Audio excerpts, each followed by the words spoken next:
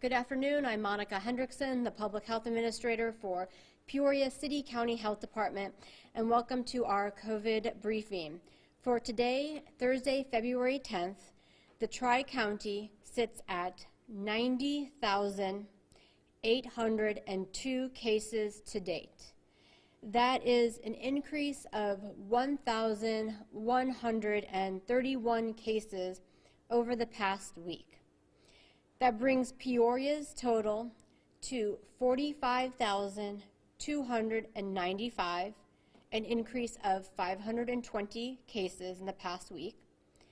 Tazewell County saw an increase of 468 new cases over the past week, bringing it to 35,341.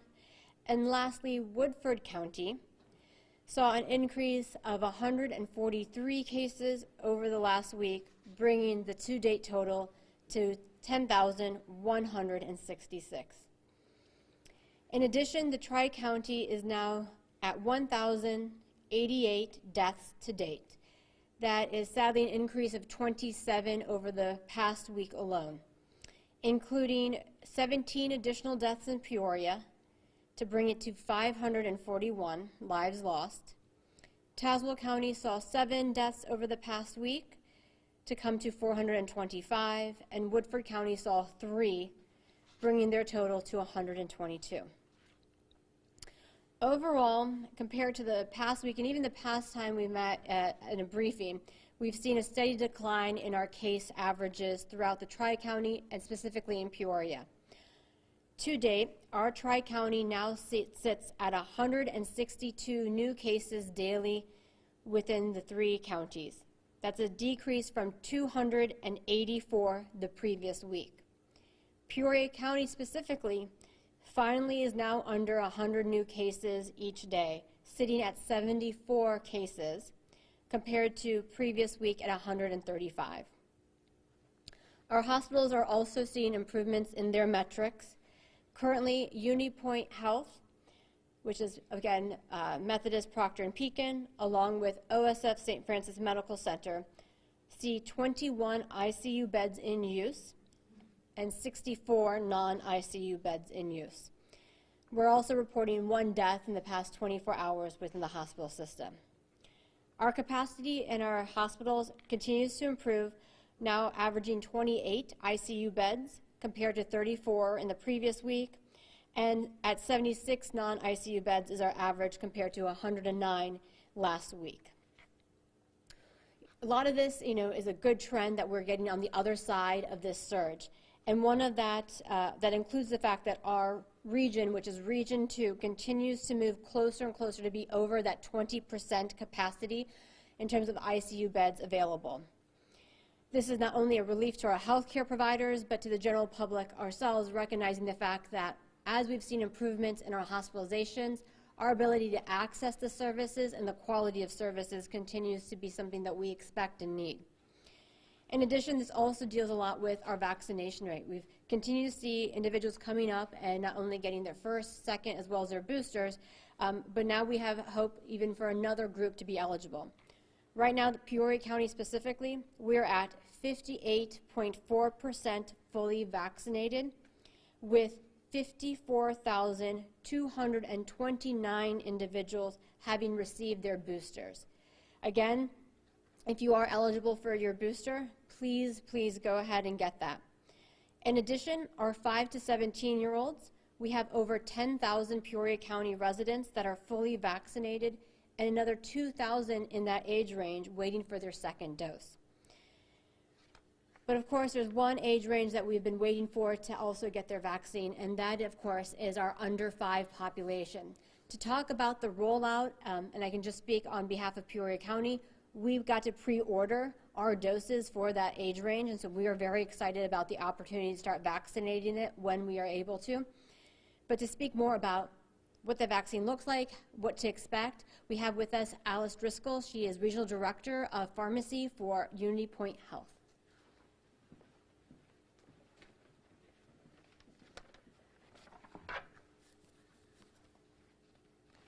Thank you, Monica, and good afternoon, everybody. As Monica mentioned, my name is Alice Driscoll. I'm the Regional Director of Pharmacy at Unity Point Health here in town.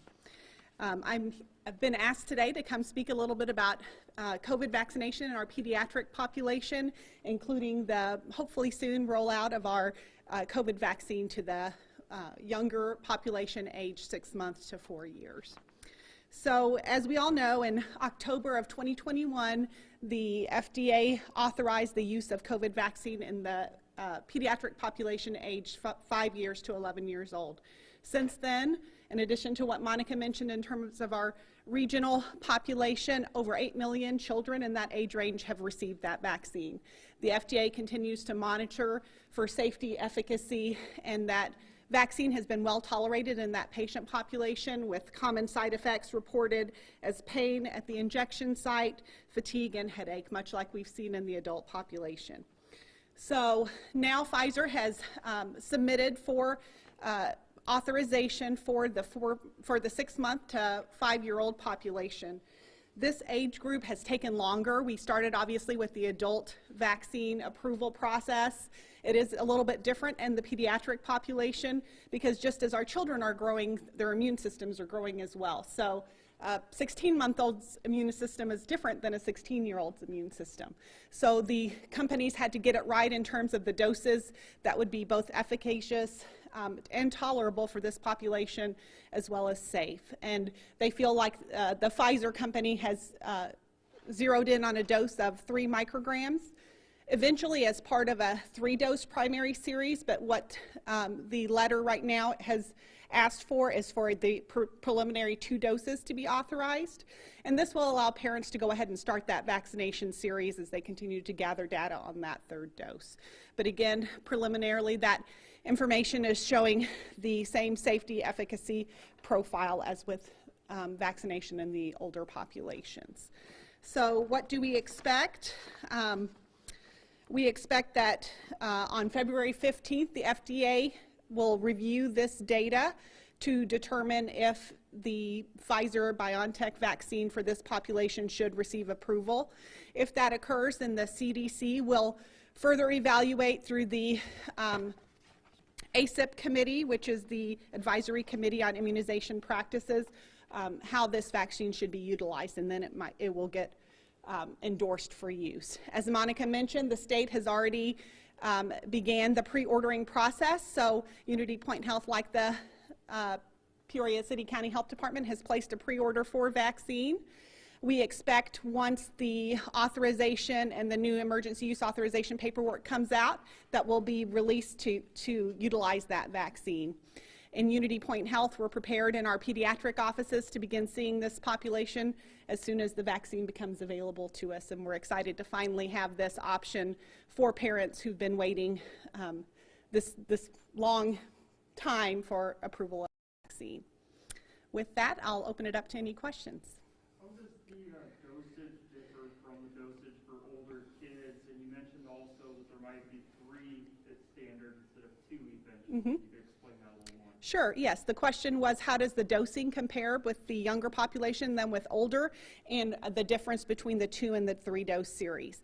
The dosing for the pediatric population from age 6 months to 4 years, is being proposed as 3 micrograms. That's about 1/3 of the 10 microgram dose in the 5 to 11-year-old age range, and 1/10 of the adult dose, which is 30 micrograms. The interval will be the same, which is 21 days between the 1st and 2nd dose. That's currently the interval, the minimum interval for the 5-year and above. The difference, as you mentioned, was the addition of a 3rd dose, and we've seen that change with the company adjusting their study heading into the end of last year with Omicron starting to surge as well. We've seen that a 3rd booster dose in adults is valuable in offering additional protection.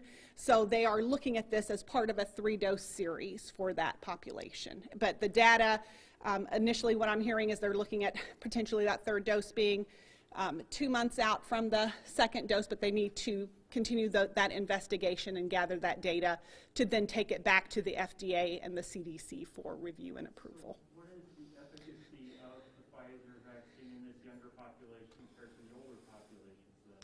They are seeing that it's efficacious.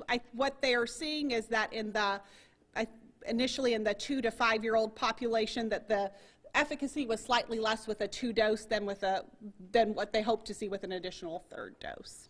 Is that 3rd dose including a booster, or will the booster essentially make it a 4th dose? If eventually a booster is required, that would be an additional dose. This would be a 3-dose series.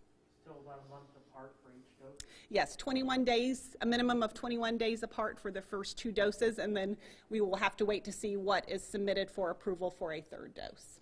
Is there any talk about Moderna getting on for children's shots? Moderna is also doing research with pediatric vaccination.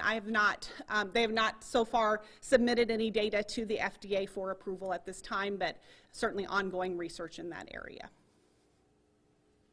This one's for Monica as well. We've seen the governor announced yesterday the end of the indoor mask mandate if things keep going well by the end of this month. A lot of people we've talked to, even those who recognize masks are important, say they're really excited for this. Is this too soon? Is this the right time? Or just like to hear your thoughts on this one. Well, I think it's certainly part of it is looking at the population. Are you in a healthcare population? Are you in a school or out in the general community? I feel like for those who are fully vaccinated, again, that's another consideration, may be different than for those who are not vaccinated. Do you have individuals at risk in your home versus not? So it's all a very dynamic situation based on how rates continue to ebb and flow in the community. We've had in the past where we relaxed masking, and then other variants came around and numbers went up again. So I don't think it's hard and fast. I think we have to be cautious in the approach that we take as we roll out any changes to our current processes. And we're all learning, as we are with how many doses are required, when is it appropriate to stop masking. So it's all a very dynamic situation, and we have to trust the data and what our healthcare leaders bring to us. Do you have a number about how many doses have been ordered so far compared to the number of 6 months to 4-year-olds in our area? How many doses have been pre-ordered from the state, do you mean? I don't have that number as a region of what we've pre-ordered.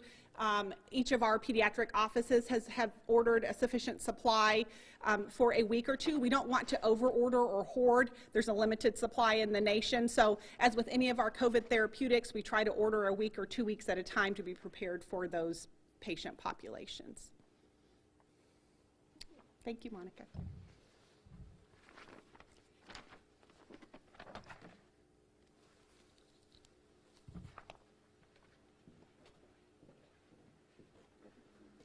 To kind of continue the conversation around the vaccinations, I will say, Peoria Health Department has pre-ordered our vaccinations for that age group, also in a capacity that makes us go from week to week, so we understand what the population is.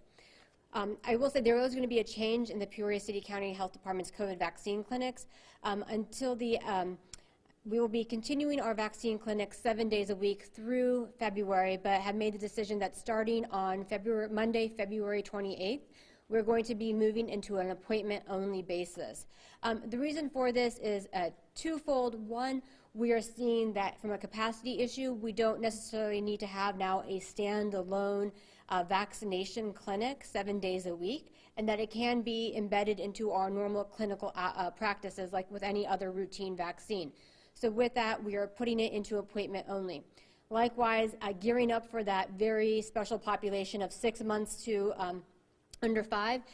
This is not the same as giving a vaccine necessarily to an adult or an older individual where they come in as themselves. If you can imagine a family bringing in a child that age, there's usually a car seat, some diaper bags, a lot of other things that come with it. And so to help assist those families be able to access it, as well as to make sure that they have enough space and have that discussions and those conversations, we are going to make sure that even if that vaccine gets rolled out prior to February 28th, for that population for Peoria County Health Department location, will still be appointment only. So to kind of summarize, our overall 7-day-a-week clinic will transition to appointment only starting on February 28th. as well as soon as the under 5 population is eligible for vaccinations, those will only be done by appointment only. Again, just to assist those families to make sure that we can fit them in and make sure there is enough space to help them get the care they need. Regarding the question about masking, whether this is too soon or where we're at, I think Alice said it best. This is a dynamic situation. We are looking at the data, daily to understand where our numbers are, where things are moving forward. I remember that we were in this situation in June and July where we saw such a decrease in our numbers that we were having these conversations about what is our pivot point at this point in time, and then we came into a different season and then we saw a different variant. So I think first and foremost we need to have humility to recognize that this virus is smarter than us. It can change and it is a dynamic process.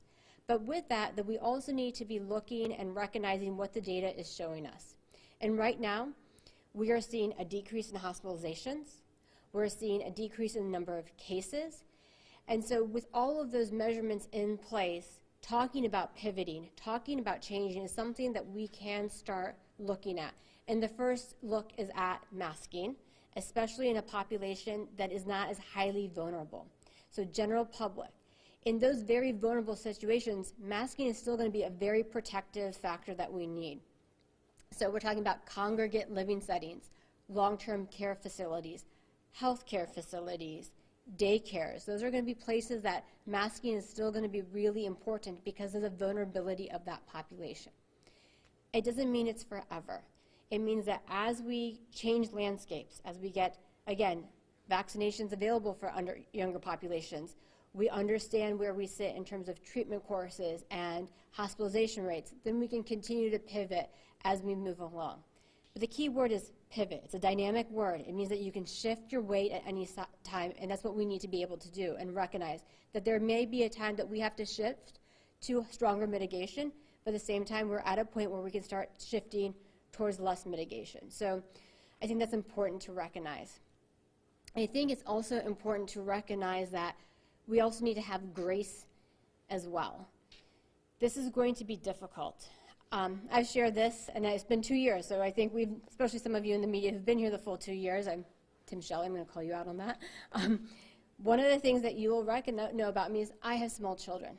I made a realization this week that my youngest has only ever attended public school when masking existed. That's all she knows in her public school situation.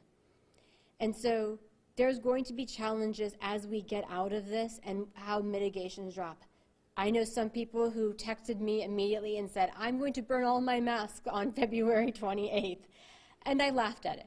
And I know individuals that are dealing with having immune compromised family members at home, that even though they're boosted and their families are vaccinated, it's still a difficult decision. And while they're trying to get to terms with it, it's not going to be a switch for them. It's going to be a different pace. All of us are going to hopefully get out of this and cross the finish line at some time. But it's going to be at each individual's ability and what they feel comfortable with. I had a principal send out a letter to parents, and they were contemplating what was right or wrong way of masking.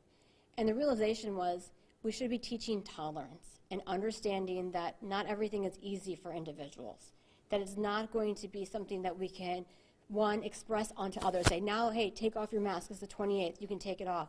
But recognize that that person might have a different life story. They may be walking in different shoes, and we have to recognize that and be kind, tolerant, and compassionate to everyone.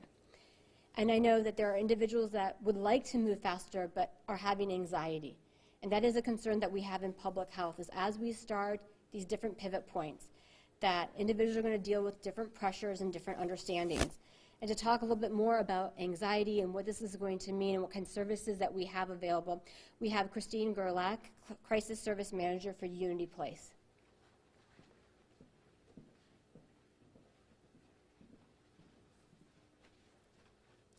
Thank you, Monica. Good afternoon, everyone. I'm here today to talk about the potential for increased anxiety and emotions associated with the changes in the masking practices. Symptoms of that anxiety can present in many different ways, including feelings of restlessness, increased irritability, difficulty controlling thoughts of worry, poor sleep, and more. These symptoms may be heightened as well if loved ones or friends have a different perspective on these changes, and that may create additional conflict and stress. First, if you're experiencing these symptoms, you are absolutely not alone. There are a number of things you can do to cope with that anxiety. A great place to start is by talking about those difficult emotions with others. Talking with friends, a loved one, or even a counselor can be a great way to identify your concerns and steps to manage that anxiety. There are other outlets available for support as well. For example, the Illinois Calm for Calm text line is a text line that you can text and receive support through texting. The text line can be contacted by texting TALK to 552020 for English, or HABLAR for Spanish. Other practices can also help, such as changing the time of day that you go to the gym to a less busier time, ordering groceries online and picking them up out of your car, limiting attendance to certain social gatherings, and limiting your time on social media and the news. Establishing a regular routine can also reduce symptoms and anxiety as well. Activities that promote positive mental health, such as spending time outside, time with friends and family, and hobbies are just a few of those. Counseling is another resource. Our community has many local counseling resources, including the services at Unity Point Health, Unity Place. If you're struggling with symptoms of anxiety and they are impacting your daily life, it is absolutely recommended to reach out to a professional. If you don't know where to start, a conversation with your primary care provider can be very helpful. Before I open for questions, I'll share our mental health crisis resources for Central Illinois, available 24/7 through Unity Place. For Peoria County, the phone number is 309-671-8084. For Tazewell and Woodford counties, the phone number is 309-347-1148. As always, for life-threatening emergencies, call 911. If you are experiencing symptoms of anxiety with the continual changes in masking practices, you are absolutely not alone, and there is support within your community. Does anyone have any questions?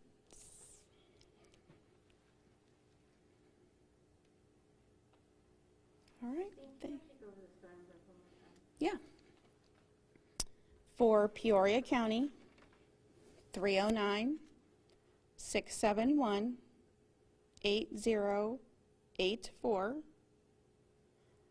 For Tazewell and Woodford counties, 309-347-1148. Thank you very much.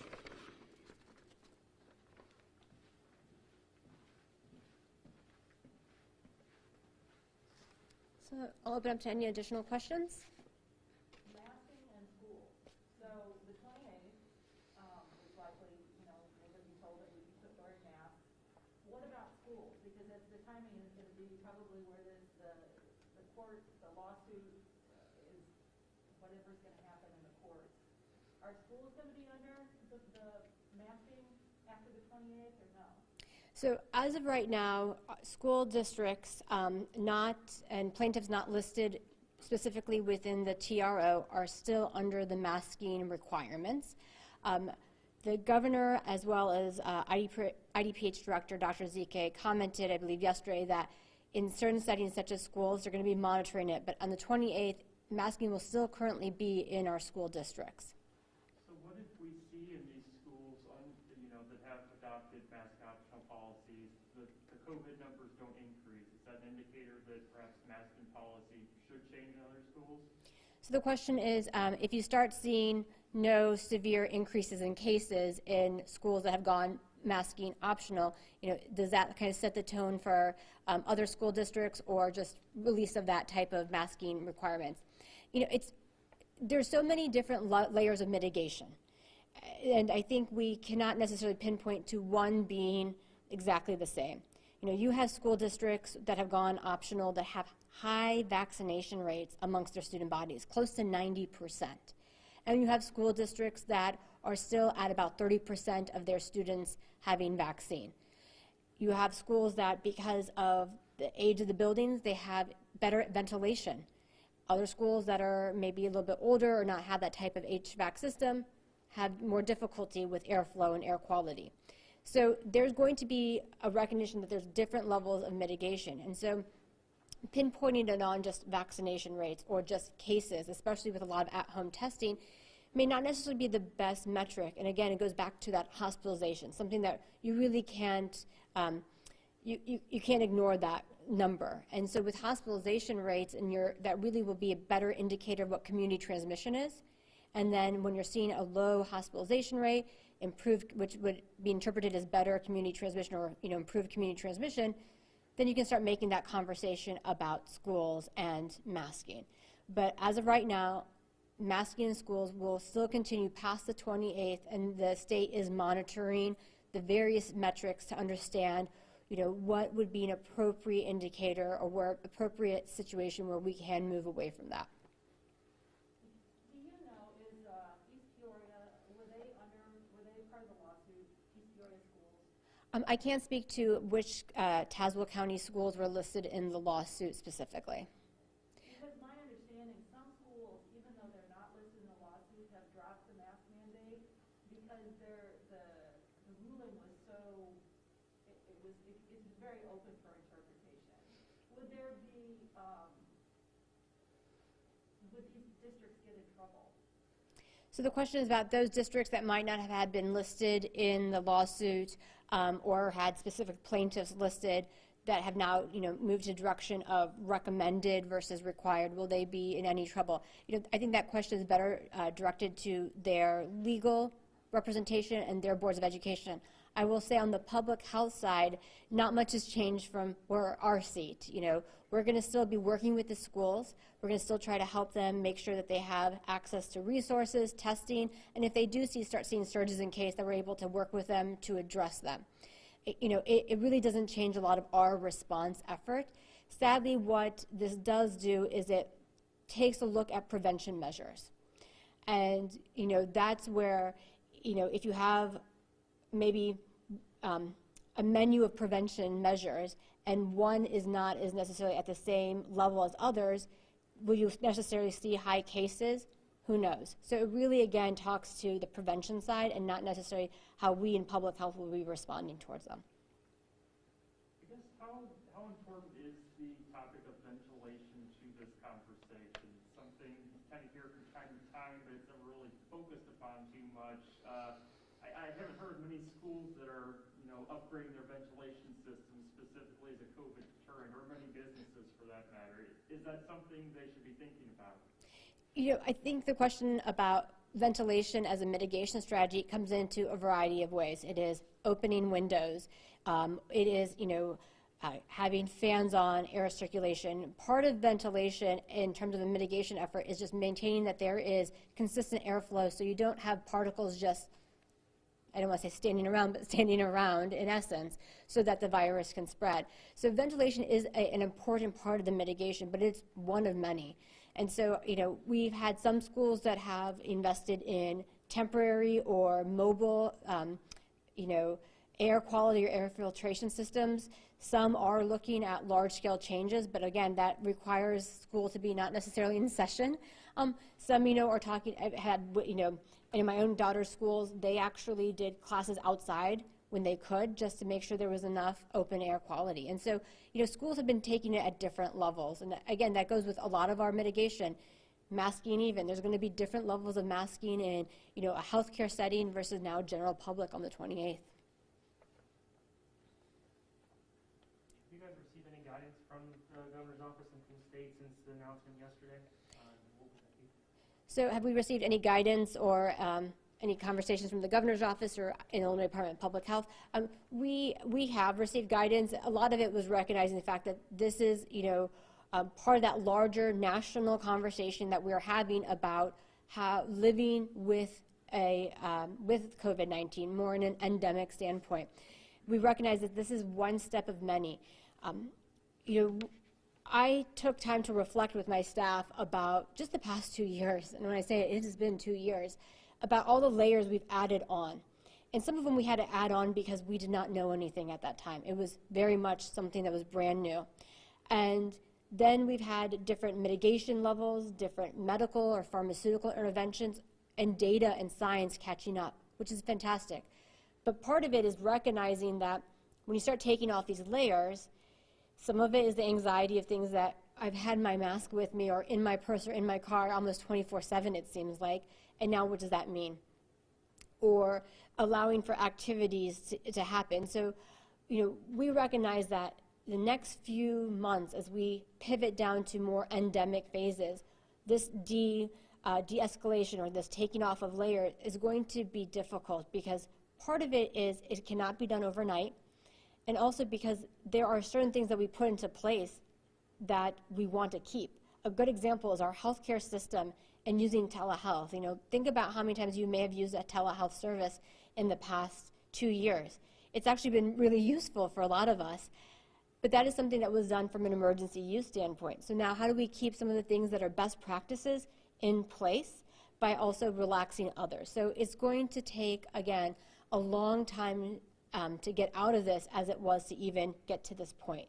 And so patience, compassion, those are going to be words you're going to hear a lot because really we are going to be learning how to now also not only deal with a pandemic, but also to start pivoting out of one as well. Well, with that, right now we have slated in on the 24th our next press briefing. If anything changes, we will let you know. Thank you.